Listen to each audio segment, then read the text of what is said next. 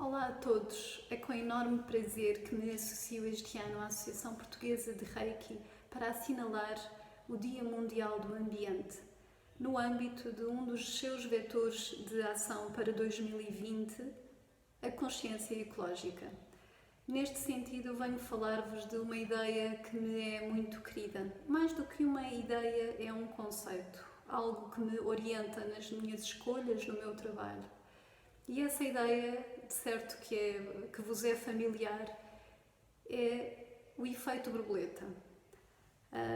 Já ouviram com certeza a expressão: o bater das asas de uma borboleta pode causar uma tempestade no outro lado do mundo. Mas talvez não saibam que esta expressão nos veio da ciência, de um matemático meteorologista que percebeu que pequeninas diferenças num sistema dinâmico, como é o caso da atmosfera, pode causar um efeito destruidor e inesperado no final do seu percurso ou deste sistema. Como é o caso, por exemplo, da temperatura à superfície do mar, que se variar ligeiramente, menos de 1 grau até, pode transformar uma simples tempestade numa enorme tempestade com efeitos de calamidade. E porquê é que o efeito borboleta é tão importante na nossa tomada de consciência ecológica? Porque se aplica a tudo aquilo que nós fazemos no nosso dia-a-dia, enquanto indivíduos e enquanto humanidade como um todo. E vou dar-vos alguns exemplos muito breves. A questão dos plásticos. O primeiro plástico inventado e colocado no circuito de comercialização, no circuito de venda, foi inventado no início do século XX. 70 anos depois, os biólogos, sobretudo os biólogos marinhos, começaram a alertar as pessoas para o aumento crescente e acelerado de plásticos nos oceanos e o impacto que isso causaria na vida marinha. Continuou-se.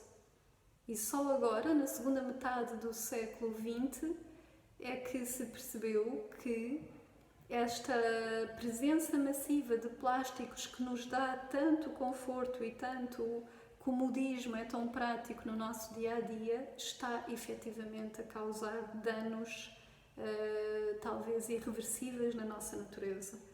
Ou seja, aquilo que começou como um plástico, uma qualidade de plástico no início do século XX, tornou-se em 100 anos uma calamidade.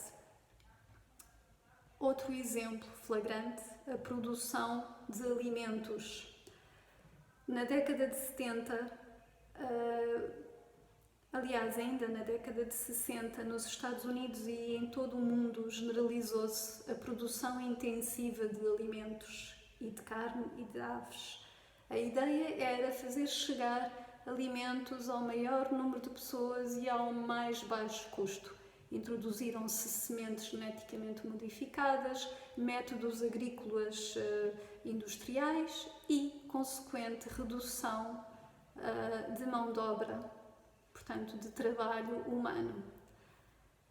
Passados 10 anos, nem 10 anos, o primeiro impacto foi na degradação dos solos. E também nessa altura, ou seja, início dos anos 80, início dos anos 90, durante toda a década dos anos 80, também se percebeu que a qualidade nutritiva dos alimentos não era a mesma.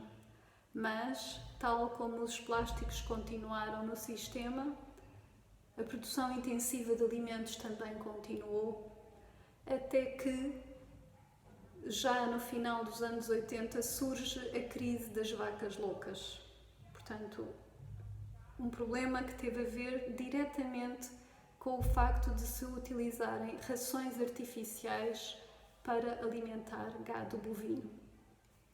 Mas ainda assim, não se parou e continuamos a pressionar os sistemas naturais, os habitats naturais, e aqui estamos nós, no meio de mais uma pandemia de origem animal, que é a Covid-19, Porque reduzir e abdicar de algumas coisas nunca faz parte do nosso vocabulário. E por fim, o último exemplo que tem a ver com a nossa exposição aos campos eletromagnéticos, que sobretudo nos últimos 20 anos crescem de forma assustadora sem que nos demos conta. Porque são invisíveis, porque não o vemos, porque nos facilitam a vida. Mas a verdade é que a comunidade científica vem, desde há alguns anos, a alertar para a relação cada vez mais clara entre o aumento de algumas doenças degenerativas e neurológicas, como é o caso de cancros no cérebro, portanto, tumores cerebrais, leucemias, depressão, hiperatividade nas crianças, fraco desenvolvimento neurológico, uma série de questões que estão diretamente ligados com o aumento da nossa exposição aos campos eletromagnéticos. No entanto, o que é que está a acontecer?